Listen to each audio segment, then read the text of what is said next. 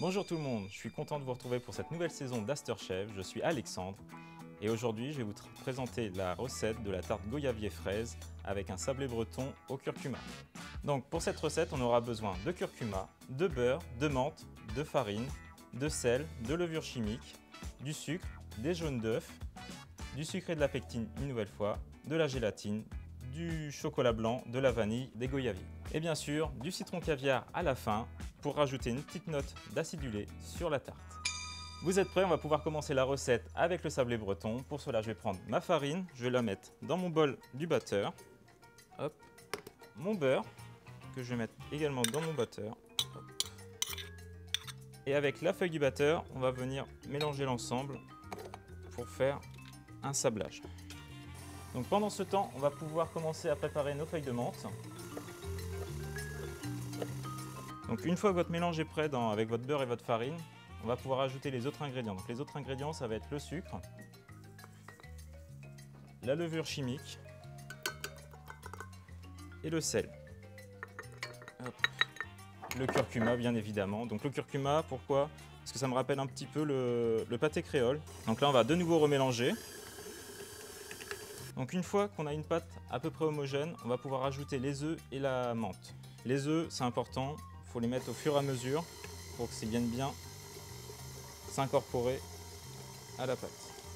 Donc une fois que votre pâte est homogène, on va pouvoir le retirer du batteur et on va venir étaler la pâte sur une feuille de papier sulfurisé. Donc là, je vais pouvoir l'étaler légèrement. Donc là, on va utiliser un cercle de 20 cm que je suis à peu près arrivé à la bonne taille. Donc ce que je vais pouvoir faire, c'est que je vais enlever ma première couche de papier sulfurisé. Donc vous voyez, même avec une pâte qui est plutôt collante, ça se décolle très facilement. Et là, je vais placer mon cercle. Je vais venir, hop, comme ça on gâche pas de pâte sur les côtés. Donc il y en a un petit peu là. On va le récupérer et on va le mettre là. Donc là maintenant, on va quand même venir combler un petit peu les manques qu'on peut avoir. Donc là, directement à la main, il ne faut pas avoir peur. Donc là, hop, je vais venir plaquer ici. On va pouvoir l'enfourner maintenant à 185 degrés pendant environ 25 minutes, mais toutes les 8 minutes, on va devoir la retirer pour venir creuser l'intérieur de notre sablé. Et comme ça, on pourra mettre notre compoté de goyavier à l'intérieur et comme ça, elle ne fuira pas sur les côtés et tout restera à l'intérieur et ça sera un travail propre. Donc maintenant que notre pâte sablée est en partie en cuisson, on va pouvoir réaliser notre compoté de goyavier. Donc on va partir de goyavier frais qu'on va venir réduire en purée et après on fera notre compoté. Donc, pour ça, je vais venir couper mes goyaviers en deux. Hop. Donc voilà, donc une fois que votre compotée est prête, on va pouvoir la passer au mixeur. Donc je vais la mettre dans un bol. Hop. Donc maintenant on va pouvoir mixer nos goyaviers. J'entends le four, donc là on va pouvoir passer à la première étape pour venir creuser notre sablé. Donc je vais le sortir du four tout de suite. Donc voilà, donc on voit que maintenant notre sablé est prêt. Donc là il a commencé à cuire, mais à l'intérieur il n'est encore pas cuit et là il est encore mou pour qu'on va pouvoir venir l'écraser. Donc là j'ai pris un petit moule comme ça, vous pouvez prendre un verre, vous pouvez prendre tout ce que vous voulez à un moment que c'est un fond plat et puis que ça accroche pas. Donc là hop, je vais poser et je vais creuser. Donc voilà, maintenant notre pâte, donc on voit bien qu'on a un creux et que la compotée de goyavier va pouvoir venir se loger dans ce creux. Donc on va remettre 8 minutes en cuisson. Hop. Donc maintenant que notre purée de goyavier est prête, on va pouvoir la filtrer pour enlever tous les petits grains qui ne vont pas être très agréables. Donc nos 8 minutes sont passées, on va revérifier le niveau de notre sablé. Voilà, donc on voit qu'il est déjà... La cavité est toujours là, mais on voit que ça s'est un petit peu levé, donc on va tout doucement venir réécraser. On voit aussi qu'on est proche de la fin de la cuisson. Donc là, on va relaisser 8 minutes, toujours à 185 degrés. Donc là, j'ai ma purée qui a été filtrée. Là, j'ai ma menthe qui est hachée et j'ai ma pectine et mon sucre. Donc la pectine, ça va servir à épaissir ma compotée. Donc la pectine en général, c'est quelque chose de naturel qui se retrouve dans la peau de la pomme. Donc pour ça, je vais prendre une casserole, je vais remettre à chauffer ma compotée. Donc là, pour faire une compotée, il faut y aller doucement sur le début de la chauffe. Et ensuite, on pourra accélérer. Donc là, ma compotée commence à tiédir, je vais pouvoir rajouter ma menthe.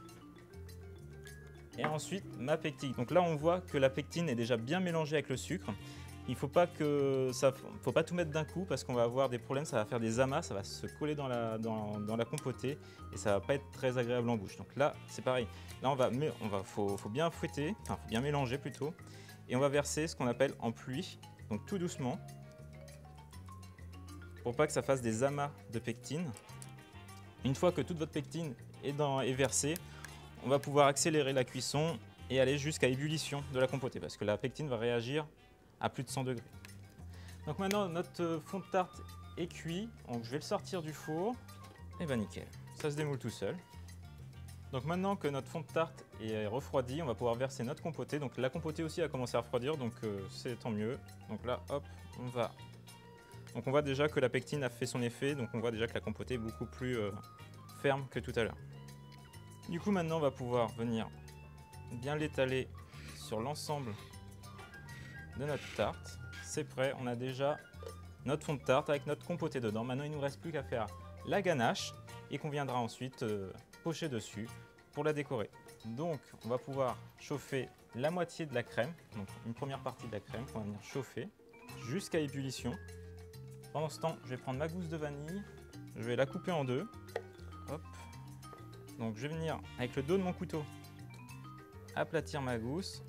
Donc, ensuite, là, on va venir séparer les deux brins et là on va pouvoir gratter l'ensemble de la gousse. Donc là on voit vraiment les grains de la vanille. Donc là je vais les mettre dans ma casserole. Donc ça ne se jette pas. Donc soit là on la conserve au sec pour l'utiliser dans une prochaine infusion ou venir la broyer, ou sinon on la met directement à infuser dans la crème. Donc pendant ce temps, on va pouvoir commencer à préparer notre bol de mixage. Donc on va mettre notre chocolat blanc, ainsi que notre gélatine de poisson. Donc soit vous pouvez la prendre en feuille, soit vous pouvez la prendre comme ça en petits granulés. Donc là j'ai déjà hydraté, donc il y a déjà de l'eau dedans. Je la verse dedans. Donc là une fois que notre crème arrive à ébullition, on va stopper l'ébullition. Et on va laisser infuser pendant environ 10 minutes comme ça, à couvert avec un papier film. Donc une fois nos 10 minutes passées, on va pouvoir retirer le film de notre infusion. Donc là, notre infusion, on va la refaire chauffer jusqu'à ébullition de nouveau. Donc là, notre crème est à ébullition, on va la verser chaude directement sur notre chocolat. Donc là, la chaleur de la crème va faire fondre tout notre chocolat et tout de suite, on va venir prendre un mixeur, on vient mixer notre préparation. Maintenant, une fois que notre premier mélange est fait, on va pouvoir prendre notre deuxième crème qui est restée froide. Donc on ne chauffe pas l'entièreté de la crème en infusion, c'est pour conserver en fait la matière grasse de la crème, pour ne pas la dénaturer. Donc là, je reverse et on repasse un petit coup de mixeur juste pour bien unifier l'ensemble.